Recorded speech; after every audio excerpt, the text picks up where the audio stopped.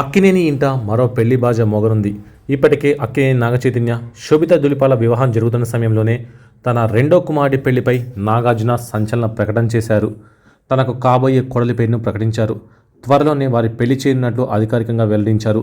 ఈ సందర్భంగా కొత్త జంటకు శుభాకాంక్షలు తెలుపుతూ ప్రకటన విడుదల చేశారు. తన కుమారుడు అఖిల్ నిశ్చితార్థం చేసుకున్నట్లు నాగార్జున ప్రకటించి శుభాకాంక్షలు తెలిపారు.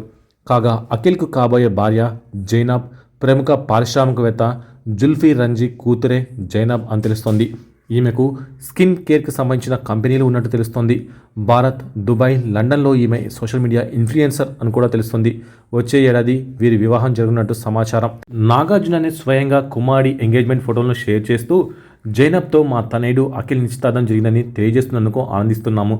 కోడలిగా జైనబ్ను మా కుటుంబంలోకి ఆహ్వానిస్తున్నందుకు చాలా సంతోషంగా ఉంది. కాబోయే దంపతులకు మీ అందరి దీవెనలు, ఆశీస్సులు కావాలని తన ట్విట్టర్లో పోస్ట్ చేశారు.